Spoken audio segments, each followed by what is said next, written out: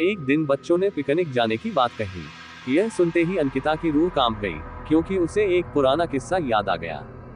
ये बात तब की है जब अंकिता 10वीं क्लास में पढ़ रही थी। एक दिन टीचर ने पिकनिक का प्लान बनाया था। अपने सभी दोस्तों के साथ अंकिता ने भी जाने के लिए हाँ कर दी।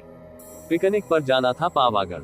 पूरा स्कूल पिकनिक जा रहा था, इसलिए करीब 30 बस सभी बच्चों को ले जाने के लिए तैयार थी। अंकिता अपने दोस्तों के साथ सबसे पीछे वाली बस में बैठ गई। सभी हंसते मस्ती करते हुए बस से जा रहे थे। तभी कुछ दूर जंगल के पास पहुंचकर उसी बस से तेज आवाज आई। ये वक्त रात के करीब 1:30 बजे का था। ड्राइवर गाड़ी से बाहर निकला तो उसे पता चला कि टायर फट गया है। ड्राइवर ने सबसे कहा कि बस का टायर बदलने में करीब 2 घंटे लगेंगे, आप सब नीचे उतर जाइए, मैं इसे बदल देता हूँ। आप लोग पास के ढाबे में जा सकते हैं, वहाँ गर्म गर्म चाय पी लीजिए और मैं इस टायर को फटाफट बदलने की कोशिश करता हूँ।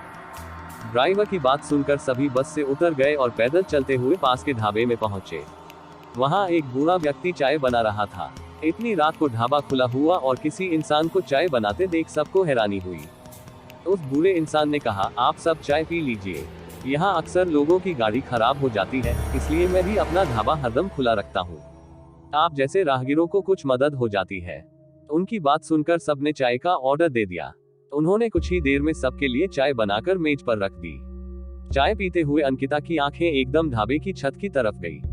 वहां अंकिता ने एक औरत को सफेद रंग की साड़ी में खुले बाल लहराते हुए देखा। कुछ देर बाद वो जोर जोर से हंसने लगी।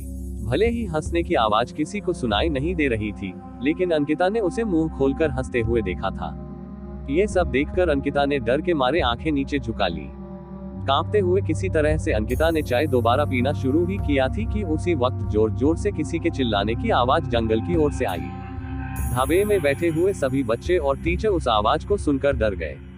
सबको डरा हुआ देखकर उस बूढ़े इंसान ने कहा कि मैं देखकर आता हूँ क्या हुआ है, आप लोग यहीं बैठे रहो।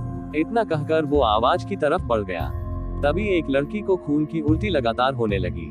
उसको देखकर सबकी हालत और खराब हो गई। उसी समय एक टीचर ने कहा कि तुम सब आग जलाओ और उसके बगल में बैठ जाओ।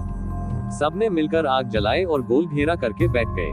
टीचर ने सख्त लहजे में सबसे कह दिया कि अकेले कोई कहीं नहीं जाएगा। वैसे भी सब इतना डरे हुए थे कि अकेले कहीं जाने की हिम्मत हो नहीं रही थी। आग के पास बैठे बैठे 3 बज गए। तब कहीं जाकर वो बूढ़ा इंसान जंगल से लौट कर आया। उसने सबकी तरफ देखा और कहा कि उस चीख को सब भूल जाना, नहीं तो जीना मुश्किल हो जाएगा। इतना कहकर वो ढाबे के अंदर चला गया। तभी ड्राइवर भी टायर बदलकर बस लेकर ढाबे के पास पहुंचा। सभी लोग भगवान का नाम लेते हुए उस बस में बैठ गए। टीचर ने बस में बैठते ही सबको कहा कि कोई एक दूसरे से बात नहीं करेगा, सीधे सब सो जाओ। टीचर की बात मानकर सब चुपचाप बस में ही सो गए। उसके बाद पिकनिक स्पॉट पर पहुंचे और करीब 1 हफ्ते बाद घूमकर आ गए। पिकनिक में किसी ने दूसरे बस के बच्चों से उस रात के बारे में कुछ नहीं कहा, क्योंकि टीचर ने मना किया। लेकिन पिकनिक से लौटते ही सबने अपने दोस्तों और दूसरी क्लास वालों को इस भूतिया घटना के बारे में बताया। आज पिकनिक का नाम सुनते ही यही भूतिया ढाबे की कहानी अंकिता के मन में आ गई और बच्चों को पिकनिक भेजने से उसे डर लगने लगा।